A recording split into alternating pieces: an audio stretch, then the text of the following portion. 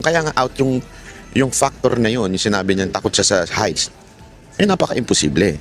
Pangalawa pa, yung mismong eksaktong yung driver nag-selfie at naandun si madam. Parang napaka-imposible. Alam mo, tayo rin naman may mga staff. Tayo rin naman po ay may nagbabantay sa atin.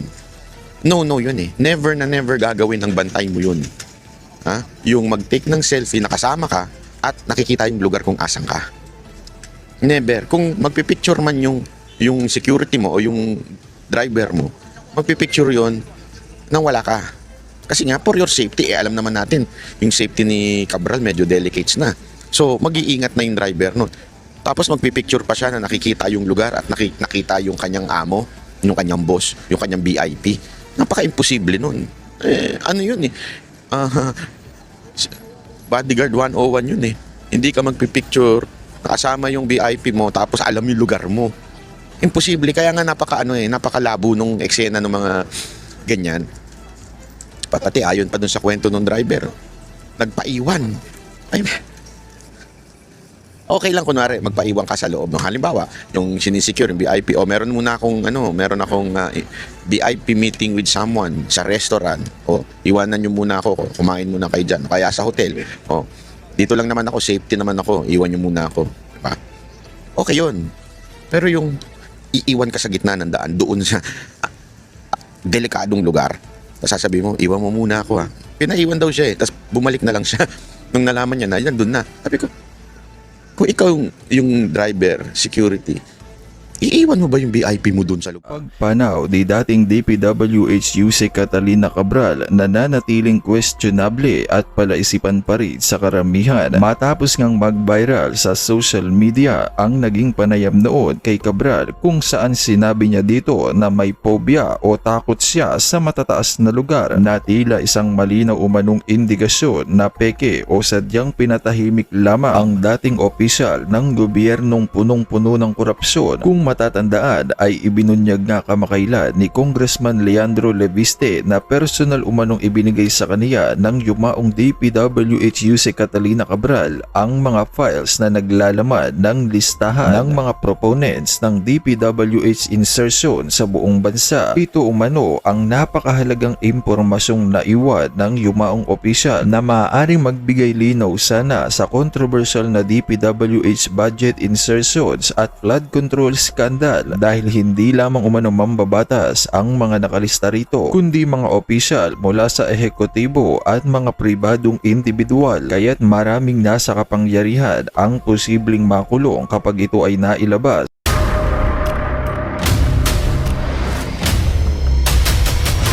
Bago tayo mag-umpisa, baka pwede nyong i-like ang video na to. Malaking bagay ang like sa aming mga content creators. Maraming salamat po.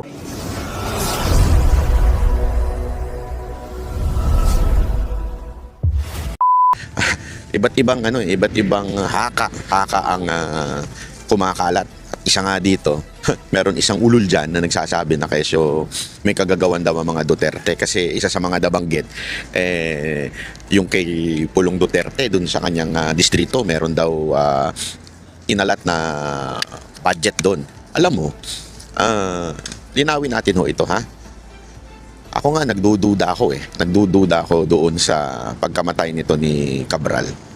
Nagdududa ako na posible na may gusto talagang mawala siya sa mundo na ito. One, para hindi humatuko yung mastermind kasi merong dokumento na naibigay si Cabral doon kay Libiste ng mga kasangkot, mga kataas-taasang kasangkot dito sa issue ng korupsyon na ito. Etong matinding korupsyon na ito, meron nung sinabi doon sa dokumento, baka umiiwas ito sa mastermind. So pwede kang yariin para doon sa mastermind na yun, hindi mo na mabanggit. Okay? At the same time, since nabanggit niya na merong 50 billion na allotment doon sa Davao City, mas magandang mayari na siya at hindi na masabing cleared yun. Kasi ibig sabihin, alam mo, madali na mga i-twist ang truth Sasabihin lang, halimbawa, merong lugar, eto nabigyan ito ng lugar na ito ng allotment na ganito. Tapos, pag sinabi mong bitin yun, mukhang may korupsyon di ba? Parang pagbitin. Unless iklaro ng tao na sabihin niya, yun po yung nagamit ng tama. Naalat ito pero nagamit ito ng tama. Ng, ito namang mga ano to, yung chick na to, didikit-dikit pa. Ang bunga nga, lakas-lakas. Ayup, ito ayusin natin. Dikit na dikit eh. Alam na nga nagbablog yung tao, sampalin ko kaya ito. Joke lang. Heartbreak ang... Anyway, tuloy na natin ha. So yun na nga po. So yun yung eksena doon. Baka mamaya gusto siyang yariin para hindi na makapagsalita. Para ba magkaroon ng confusion sa tao. Kasi hindi naman importante kung mapatunayan eh. Yun ang goal nung kung sino man yung yumari doon eh. Hindi importante mapatunayan kung meron man yumari. I mean, if yung theory na yun ay correct. Kung meron man, eh, baka ang intention nun para hindi na makapagsalita ito. At kung ano na yung nabitawan niya, ay pwede ng ano yun, dagdagan ng mga facts like, ninakaw yan. Pero remember, don't ever forget, sabi ng mismo ng DPWH, nasa pamamahala ho ng ni Marcos, nakalaban ng mga Duterte, ay na ano po, na-declare naman pong kumpleto. At hindi lang na-declare na kumpleto kasi yung mga ibang lugar na-declare na kumpleto, pero ang totoo, hindi naman. Kaya nga may picture na kasamang pinresenta si Pulong eh. So, DPWH sabi, cleared. Tapos meron pang pinresenta si Pulong, na-cleared din. So, napakalinaw nun mga kababayan. Cleared po yung kung anumang project na naan doon. Ngayon, kinukulayan ngayon itong isang hindot na alam natin kung sino yun, yung pinaka pinuno ng DDH. Wala ninyo kung sinong pinuno ng DDH. Die hard Duterte hater. Walang iba kung hindi yung sundalong kanin. Yung walang kwentang talunan na si Trillanes. Asahan niyo yung si Trillanes, hindi yan titigil sa pambanat sa mga Duterte. Alam mo kung bakit? Nasira ang karir niyan dahil sa mga Duterte. Sirang-sira. Imaginein mo dati, ang tingin sa'yo ng tao, bayani ka. Dati, tingin sa'yo ng tao, hero ka. Yan ang tingin ng tao sa'yo dati. Pero nung siya po ay nagpumilit na mag-vice president, sabi ni Pangulong Duterte sa kanya noong 2016 at tinanggihan ni Pangulong Duterte, doon na bumagsak ang karir niya. Ang nangyari kasi, dahil sa kanyang ego, kayabangan, dahil sa kanyang kayabangan at ego, ito po ay nagalit. Para bagang sabi niya, hindi mo ako tinanggap . So kung ano-ano na inimbento niya sa mga Duterte, lalo kay Pangulong Duterte noong panahon na nakaupong presidente. Ang problema mga kababayan, nasira siya. Una, wala ni isa siyang napatunayan. Pangalawa, walang naniwala sa kanya. Kaya ngayon, nag-iingay pa rin siya at wala pa rin naniniwala sa kanyang patuloy. At ang matindi nito, tumakbong senador, olat. Patunay na wala na siyang bilang. Tumakbong mayor, olat din. Kita mo naman. Ibig sabihin, talagang nasira yung kanyang political career. Mantakin mo yun, mga kababayan. Sira ang political career mo dahil sa paninira at pagiging bitter mo sa mga Duterte. Di ba? So, for sure yan. For sure. Hindi titigil itong si Trillanes na ito na siraan ng mga Duterte. Kasi nasira na siya ng todo eh. Bumagsak siya eh. So, kaya ganun ang system ngayon.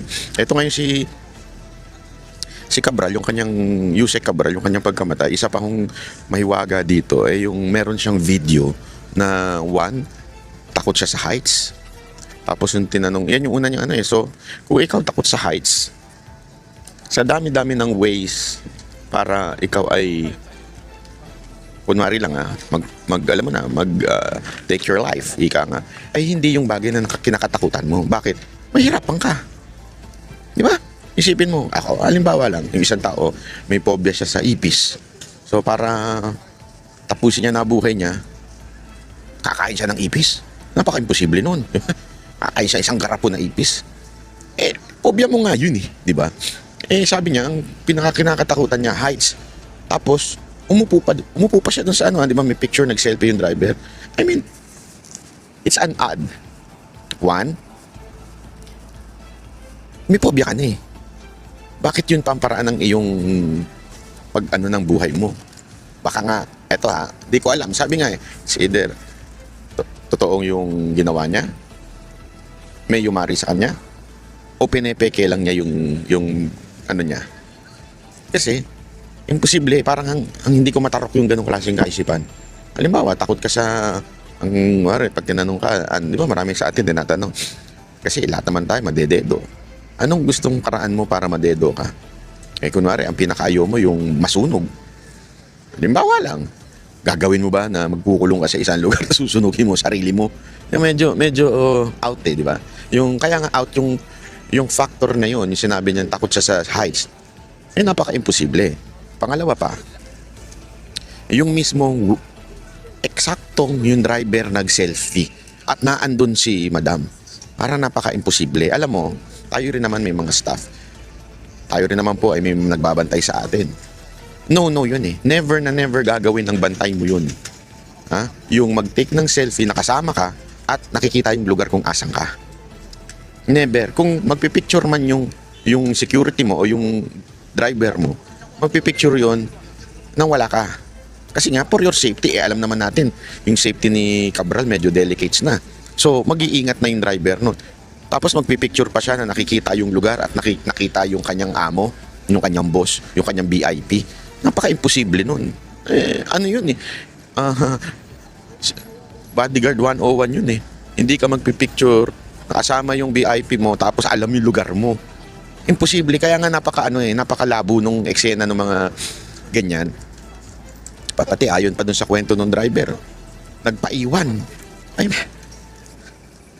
Okay lang kunwari magpaiwan ka sa loob ng halimbawa yung sinisecure yung VIP o meron akong VIP meeting with someone sa restaurant o iwanan nyo muna ako, kumain muna kayo dyan kaya sa hotel o dito lang naman ako, safety naman ako, iwan nyo muna ako, diba? Okay yun, pero yung iiwan ka sa gitna ng daan doon sa delikadong lugar, tapos sasabihin mo iwan mo muna ako pinaiwan daw siya tapos bumalik na lang siya nung nalaman niya na nandun na. Sabi ko, kung ikaw yung driver, security, iiwan mo ba yung VIP mo dun sa lugar na yun? Parang napakadelikado naman po ata nun. Hindi mo iiwan yun. Malaking kalokohan. Naglolokohan di ba? Sa akin, napakalabo naman ng mga eksena nitong... Tapos, hindi naman siya pinababalik, bumalik siya. Wala nagsabi sa kanya bumalik siya Di ba? Parang... Kaya nga, medyo mysterious yung pagkawala. Hindi natin alam kung sinadya ba para, one, pagbintangan ng mga Duterte, o two, ay, hindi na maituro yung dapat maituro. Diba? Hindi natin alam. Ang matindi pa nga dyan meron pang isa na sinabi siya sa isang interview. Nung tinanong siya, anong favorite mong movie? Ang sagot niya is How to Get Away with Murder. Basta parang yung title is Faking Your Own Death. Parang ganon. Yung How to Fake Your Own Death. Yun yung favorite niyang movie. I mean, is that coincidental? Na may takot ka, may phobia ka sa heights. Tapos biglang ang favorite movie mo, How to Fake Your Own Death. I mean, hindi ba? Parang medyo awkward naman. Mukhang planado lahat ng nangyayari. Ewan ko isipin nyo mabuti yan.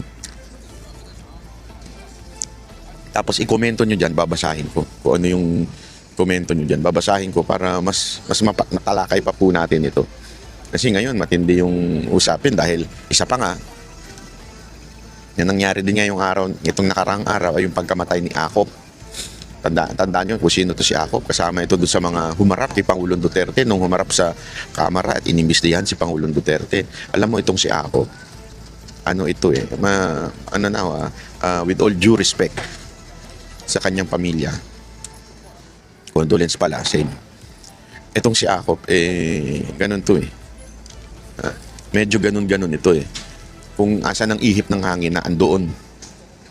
Ang masama nitong nakahuli niyang, masasabi natin, huli niyang eksena sa buhay.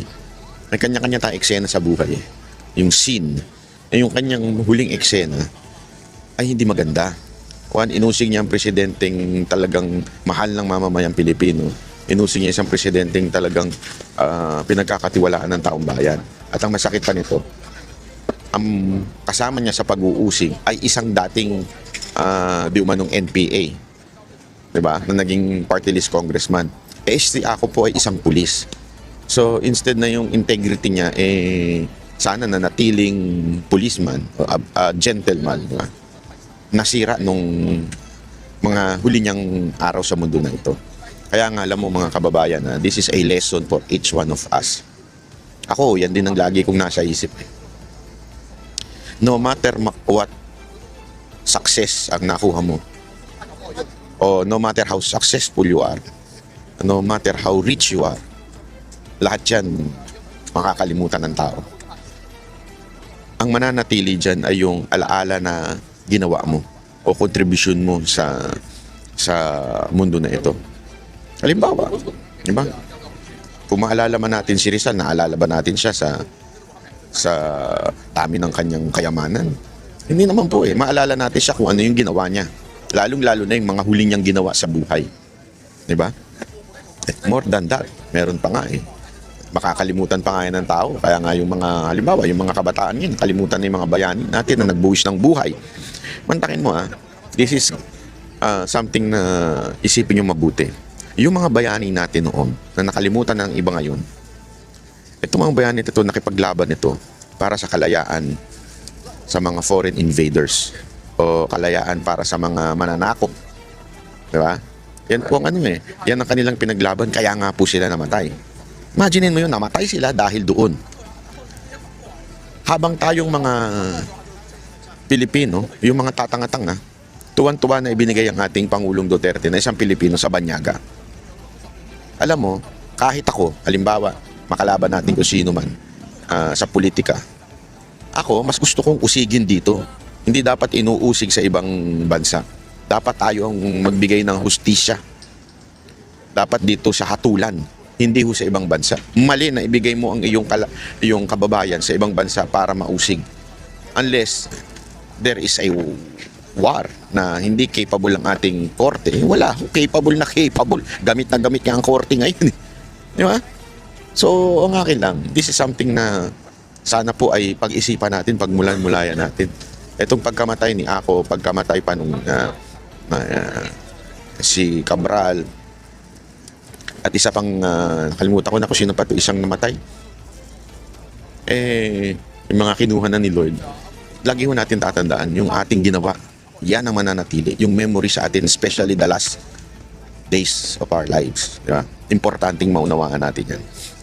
Isa pa palang dito, etong Bicol Party List. Wait para mabanggit natin ng tama. Etong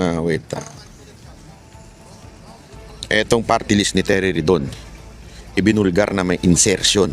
Kasi kaya pala to si Terry Ridon, humihirit siya na bakit hindi nyo ilabas yung dokumento? Ganyan. Para magkaroon siya ng paraan. Kasi yung dokumento, ngayon ay naka kay Libiste, Congressman Libiste. Sabi nga nung ba't di pa ilabas? Bakit tinatago pa ni Libiste? Kung talagang totoo yan, ilalabas na yan. Tapos narinig ko sa isang interview, kaya hindi pa inilalabas kasi ino-authenticate pa through the office of Secretary Vison. Para sigurado, kasi pamaya, pag inilabas, tapos hindi completely authenticated o merong hindi wala sa record, o basta hindi na authenticate, baka maaaring mangyari niyan, pasinungalingan pa nitong iba. Okay? Kasi remember, may mga nakasulat ng congressman doon. Ang kulit nito ni Terry Ridon na parang kinukulit niya si Libiste na ba't hindi ilabas. Yung pala, yung Bicol Saro Party List po ay may 150 million road project insertion sa Pamplona, Pasaka, Camarines Sur. Mantakin mo ha. Anong pinagkaiba nito kay Pulong? Baka sabihin ng iba, bakit si Pulong din naman merong Hindi, remember, district congressman si Pulong. Naturalmente, kailangan humingi siya ng pondo. Pondohan nyo itong lugar namin kasi kailangan yung ito. Ganun lang naman ang ginawa ni Pulong Pinapondohan yung lugar nila para may magawa yung project. Ang problema dito, party list ka Wala kang kinalaman sa district, bakit ka nagkaroon ng insertion sa Camarines Sur? Yun yung sinasabi. Yun yung sinasabi ni ni Saro ni Libiste. Di ba? Kaya nga sabi ko sa inyo, medyo hindi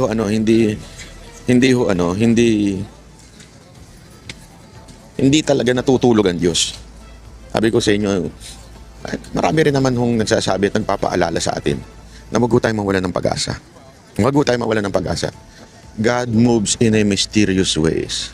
Di ba? Kung meron kanta si Nina na Love moves in a mysterious ways. Nina ba yun o Elvis Presley? Meron pong God moves in a mysterious ways. That's the truth. Ang Panginoon po pag kumilos, wala. Hindi mo mapipigilan yan. Hindi mo mapipigilan dahil kakaiba ho ang Diyos kumalaw. Yan ang pagkakatandaan ninyo. Minsan, feeling natin, tahimik siya. May dahilan. Kasi maalala ninyo nung panahon na ang Israel ay nasa ilalim ng Ehipto. It took Moses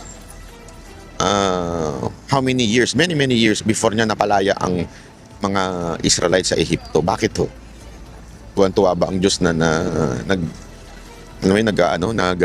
nagsasaper ang kanyang anak na Israel? Hindi ho. Kasi yung bilang ay meron nung kinalaman sa mga propesiya sa New Testament. Yan ho ay pangkalahatang plano ng Diyos. Minsan may pinagdadaanan tayo sa buhay na wag ho natin kakalimutan na merong pangkalahatang plano ang Diyos sa atin. Kung maaaring na nasugatan tayo o kaya naman napilay tayo o di kaya ito ang nangyari sa atin, may plano ang Diyos na maganda sa iyo. Kaya kanya pinadaan sa ganyang problema. Ngayon, ang Pilipinas, kung ano man ang nangyayari dito sa atin, bakit tayo nagkaroon ng isang presidenteng mahina, isang presidenteng nakakapagtaka ba't nanalo? Alam mo, isa lang ang naiisip ko. Ito kung siguro nagpatuloy ang isang matinong pamamahala under Duterte, malamang sa malamang hindi nabuking yung tunay na karakas ng mga congressman. Kasi nakakapagtago sila Since si Duterte ay mahigpit dyan sa mga insertion na itatago ngayon ng mga congressman yung mga pera-peraso nilang korupsyon. Pansinin nyo hindi ko sinasabing walang korupsyon ng mga congressman noong panahon ni Pangulong Duterte. Napakaraming korupsyon din siyempre. Maliliit nga lang. Pero yung mga mapakaraming mga congressman pa rin ang pumipili. Kasi mahihirapan kang tukuyin yun isa-isa kung maliit. Di ba? So hindi natin alam kung sino-sino yung mga korap na congressman. Kaya isipin mo, tandaan nyo yung mga congressman na korap ngayong araw, itong panahon na ito, nandyan na yan noong panahon ni Duterte. So ibig sabihin, korap na sila, nakakalusot lang sila kasi maliliit nga Hindi mo mapapansin. Ngayon, pinahintulutan ng Diyos na maupo si Marcos at dahil mahinang nila lang si Marcos, etong mga congressman nakaisip ng, lakihan natin dahil mahinang nila lang ang presidente, walang kwenta, madali makapagpuslit. Di ba? Tapos sakim pa, pati yung kanyang mga kamag-anak. So pagkakataon na natin tong bumongga, talagang pumaldo. So pumaldo sila ng pumaldo, di ba? Humirit sila ng todo-todo. Paghirit nila ng todo-todo, doon sumabog. Doon ngayon nalaman ng taong bayan kung anong karakas na itong mga congressman natin. Naintindihan nyo? Sometimes, God allows things to happen para lang mas ma-realize natin. Yeah? I mean, marami sa atin bakit pinababayaan ng Diyos yung iba nating mga problema sa buhay. Kasi meron siya ipinapakita ng pangkalahatan sa buhay mo. Kasi pag ang Diyos tumingin, kaya nga diba, the Lord is the same yesterday, today, and forever. Ang tingin at plano ng Diyos mula simula sa kasulukuyan at hanggang dulo. Ganun siya tumingin, malawak. At yun ay hindi natin alam. Siya lang ang nakakaalam. Kaya nga dapat matuto lang tayo magtiwala sa mga nangyayari sa buhay natin. Planado po lahat yan. Planado lahat ng nangyari sa buhay mo. Merong plano ang Diyos sa iyo. So ganun po ang tingin ko sa ating bayan. May plano po ang Diyos sa atin. Alam mo yung korupsyon sa atin, ito'y nakaukit na noon pa man. Ito po'y nakaukit na sa kasaysayan na ng Pilipinas. Simula pa lang nung panahon ng Espanyol na tayo sinakop. Marami na akong mga politiko natin noon ang korap. Kaya nga pag pinanood natin, di ba, yung mga pelikula nila General Luna at kung sino-sino pa po na pelikula doon, ay mga korap na ho ang mga politiko natin. Binibenta na tayo sa Amerika. Ganun, noon pa lang yun Kaya ngayon, yung korupsyon natin parang normal na lang. Hindi na nga natin naisip na korupsyon yun Normal na lang sa atin. Kaya nga ito ho, lumalabas na. Nabubuking na. At kaya pinahintulutan sa tingin ko na magkaroon tayo ng isang presidenteng mahina. Pero may plano. Yun Kaya nga, alam mo mga kababayan, huwag tayong bibitaw. Huwag tayong bibitaw sa plano ng Diyos. Magtiwala lang tayo. Ganyan ang sa buhay natin, lalo na magpapasko na. Di ba? Marami sa atin ngayon, stress. Paano yung panregalo? Wala tayong panregalo. Marami pa sa atin, walang trabaho. Marami ngayon na nawalan ng trabaho. Kasi nawala yung mga investor. Diba? Nawalan ng mga negosyante, nawalan ng trabaho. Napakarami ngayon. Kung walang trabaho, yung iba naman kontraktual lang. May plano po. Kumapit ka lang, huwag tiwala ka lang. Huwag kang bibitaw. Dahil ang Diyos ay hindi bumibitaw sa iyo. Merong ang Panginoon na plano na maganda. Okay? So dapat magtitiwala lang tayo. So hanggang dito na lang po muna sa ating vlog. Magkita-kita ho ulit tayo sa susunod nating update. Merry Christmas po in advance. Malapit na. Mga 3 tulog na lang. Pasko na po. Maraming salamat po. Nang ingin ito mga po. Yung mga chengwa. Kaya na lang nagagalit ang mga, alam niyo ba, nagagalit na daw ang mga Hapon sa mga yan. Kasi nga daw po, una magulo, maingay. Kasi very particular po ang Hapon sa mga magugulot, may ingay, ayaw po nila nun Tapos yung mga rude, minsan may pagka-rude pa. Depende naman sa kung saan galing sa China. Tapos, ang isa nga ngayon, yung peking mga visa. Kasi parang meron silang kasunduan sa China, yung businessman visa, something like that, o yung negosyante. Inabuso daw ng, alam mo na, itong bansa na to.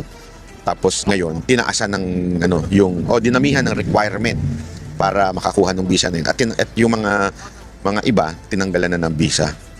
Tapos ngayon daw, dahil nga yung Prime Minister ngayon ng Japan, medyo matika sa ganito. Itong ilang Hapon, binubuli daw itong ganitong lahi. Kayong mga Pilipino, safety daw tayo dito. Kasi gustong-gusto tayo ng Hapon. Marunong tayo alam mo yun, para tayong tubig. Tayo humuhugis ayon sa pinagkakalagyan natin. Ganun daw tayo mga Pilipino. At dapat naman talaga ganun. Huwag natin ipilit yung ating kultura sa kultura ng iba. Kung nasang bansa ka, sundin mo yung kultura na yun. Ito daw mga tumatitigas. Akala ko na hindi totoo. Kahapon nakakita ako. Grupo ng mga Hapon, ng mga binata. Hindi yung binata, mga 25 ganun. 20 o 30. Hindi na teenager. Tapos may dumaan na 2 chengwa. As in, nagulat ako, tinulak. Sabi ko, bakit kaya? Kasi naririnig nila nagsasalita na malakas. Tinulak talaga. Sabi ko, grabe rin Hindi, sabi nila, yung kwento sa akin ng mga Pilipino dito, lalo na yung mga Pilipino nagtatrabaho sa club, kwento nila sa akin, talagang ngayon, medyo may pambubuli na nagaganap. Kasi lumakas ang loob ng mga Hapon dahil nga sa kanilang Prime Minister. Ano sa tingin ninyo mga kababayan? Tama ba yun o hindi? Ako, sa akin, sana may ganito tayong bansa. Yun lang. Na mahigpit sa mga sa atin, bisita. Kasi sa Pilipinas lang yun, pagka Chengwa o kaya Hapon o kaya Koreano, baw na baw tayo Wala namang problema maging welcoming sa mga to, maging hospitable. Okay yan, walang problema dyan. Pero wag naman po sana yung tayo pa yung parang alila sa kanila. Kasi minsan ganun Yung mga Pilipino nagpapaalila Alam nyo kung sino kayo. Kilala nyo kung sino kayo, sinasabihan ko na nagpapaalila kayo sa mga Koreano, mga Hapon, kaya mga Chengwa. Marami kong kilala dyan. Huwag kayong ganun. Ano nyo naman, hindi porket tayo ay mahirap na bansa, magiging parang patay gutom tayo. Huwag naman ganun. Huwag naman tayo magiging patay gutom. Okay? Hindi tama yun It's okay na maging mahirap, pero hindi ka patay gutom. Nakakapit ka na sa sa mga Chengwa o kaya sa mga Koreano dahil lang sa pera. Huwag ganun. Meron naman mga Pilipino. Biro lang Hindi. Biro lang. Pero, di ba? Huwag naman sanang ganun. Okay? Kasi ako doon Kasi pag pumupunta tayo sa ibang bansa, kahit pa paano meron na nga tayo natatanggap na a little discrimination. Kahit pa paano meron tayo natatanggap na ganyan. Hindi man ganun, pero meron. Tapos sa sarili nating bansa, magpapadiscriminate pa tayo. Are you ready, guys? This song is dedicated to Bonge.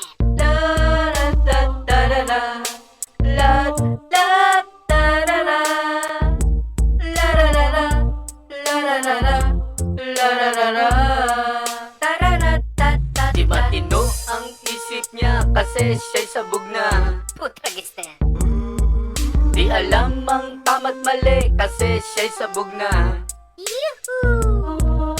Tuliro ang utak niya, hoy, alam niyo ba? Hindi pa, bakit? Kasi sabog na, kasi sabog na, kasi sabog na. Tararatatat. Pinangga ang flood control ng barko kasi siya'y sabog na. Ba't Tinangga. Binenta pa ang gold kasi siya'y sabog na. My goodness. Kinuha ang pera sa PhilHealth, alam nyo ba? Ano yun, ano yun, ano yun? Kasi sabog na, kasi sabog na, kasi sabog na. Tararatatat. Lalabas sana siya ng bansa, kaso siya'y sabog na. Wow! Walang nakukuhang investor kasi sabog na. Nagsilayasan na nga eh. 20 pesos daw na bigas, so'y magkano na? Yan na nga ba sinasabi ko eh. Kasi sabog na, kasi sabog na, kasi sabog na. Tararatatat. Kaliwat kanan ng utang kasi sabog na. Sabog na, sabog na. Blablabla. Lubog sa baha at utang kasi sabog na. Halata, halata, halata. Ayuda ng ayuda ang pinsan niya. Ayuda, puro nakaw nga ginawa eh. Habang sabog siya, kasi sabog na, kasi sabog na.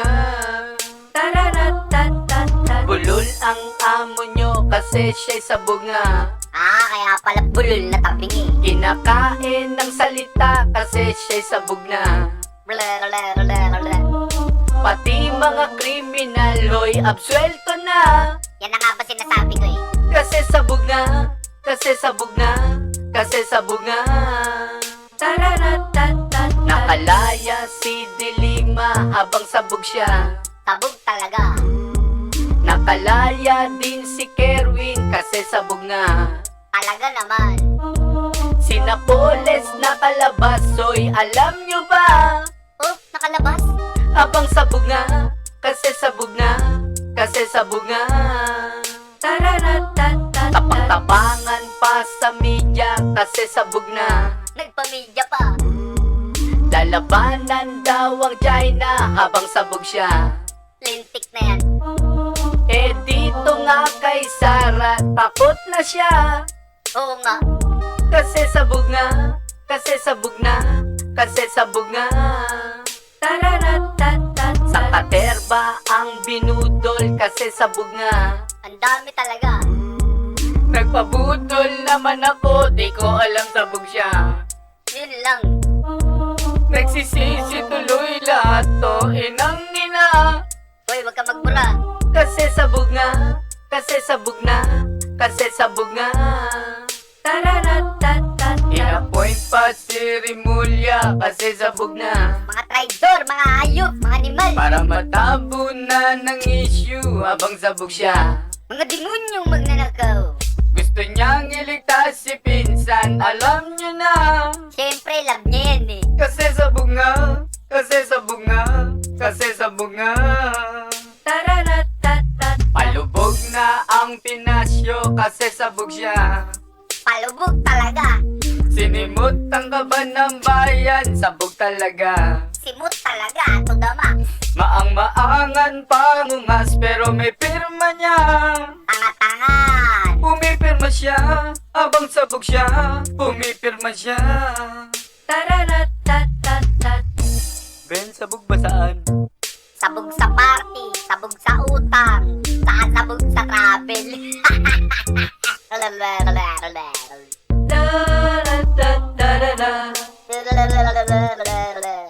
Papabu natin di ba bababangit? Bling blong. Ben, maawa ka, tama na. Kawawa na yung baby M namin. Hoy mga tanga, hindi namin kayo titigilan hanggat di nyo sinusolo yung mga ninakaw nyo. Ama naming Diyos na makapangyarihan sa lahat, salamat po sa iyong pagmamahal na hindi nagmamaliw.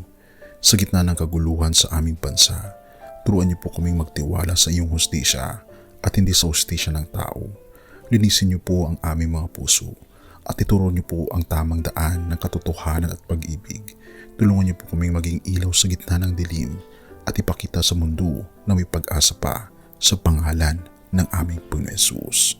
Salamat po sa pag-ibig po ninyo at salamat sa pagdinig ng aming mga panalangin at iligtas niyo po kami. Sa pangalawa po niyong pagparito at patawarin po kami sa lahat ng aming mga pagkukulang at pagkakasala sapagkat ito po ang aming samot hiling sa matamis na pangalan ng aming Panginoon Hesus. Amen. Sa lumang silid, mag-isa kang tahimik. Walang kamera, palakpak ay wala na. Ngunit sa bawat pader ng bayang iniwan mo, may pangalan mong di na mabubura.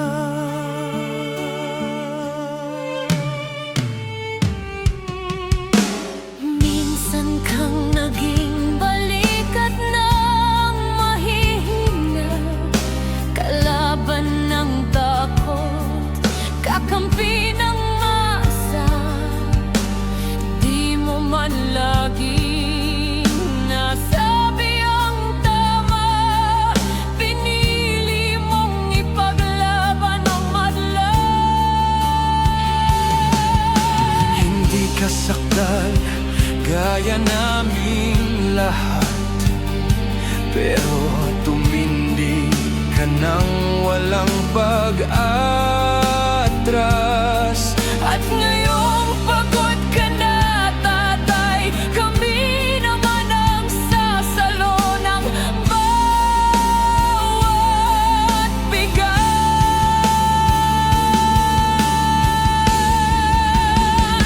Hanggang sa dulo, ikaw ay mahal.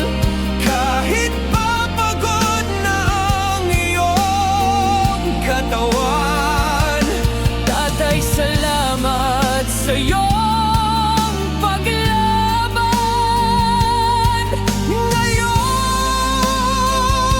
kami naman. Hanggang sa dulo, di ka namin iiwan. Ang kwento mo'y dala ng bayan.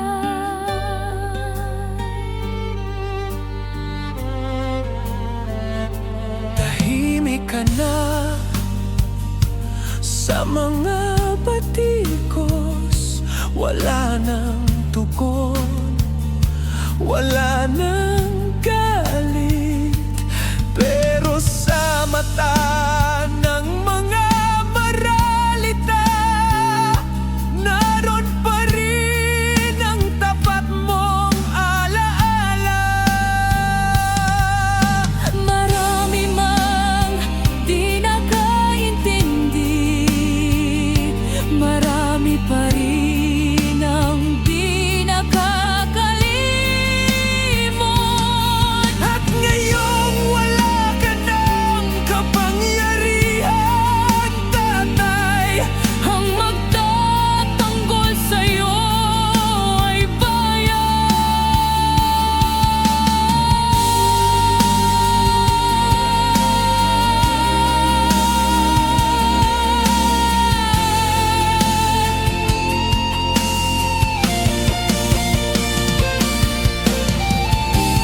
hindi ka nag-iisa.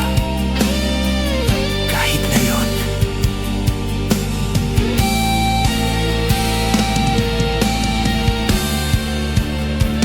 hanggang sa dulo, tangan ka pa rin. Sa puso ng batang minsan mong pinakain.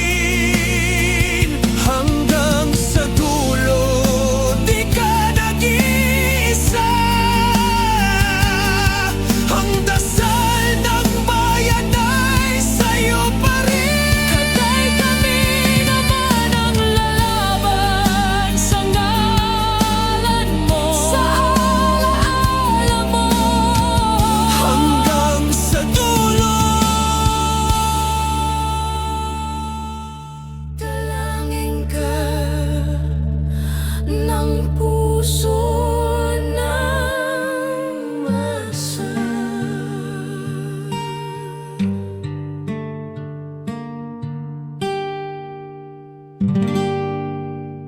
At yun na nga mga kababayan, ano na ang masasabi mo? Kung mayroon kayong hinaing at komento patungkol sa balitang ito, Please comment down below. Pag-uusapan natin yan sa comment section. At kung nagustuhan nyo ang video, ay huwag kalimutang mag-like at i-share na din para mas marami pang makaalam at umabot ito sa marami sa ating mga kababayan. Maraming salamat po. Mabuti pa ang sardinas, may label. Eh tayo, wala. Nay, ito na yung bayad ko sa isa, O, kunin mo yung isa. Isa muna, iyan, Tapos, isa pa, di ba? 4 dapat na sardinas, yan. 3 na. Pang-4 na sardinas. Okay na.